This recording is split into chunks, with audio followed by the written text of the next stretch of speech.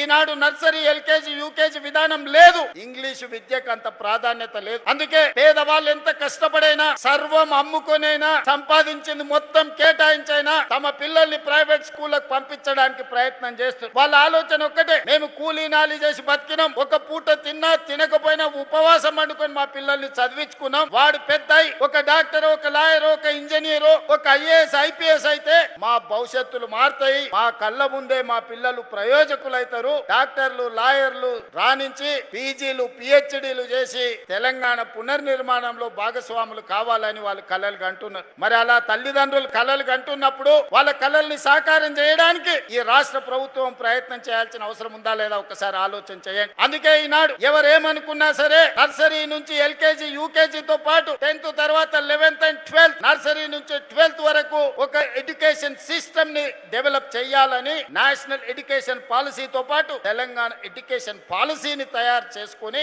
ఈనాడు ప్రక్షాళన కార్యక్రమాన్ని మొదలు పెట్టుకున్నాం. మొదటిసారి ఈసారి నర్సరీ నుంచి మనం అడ్మిషన్లు ఇచ్చినాం.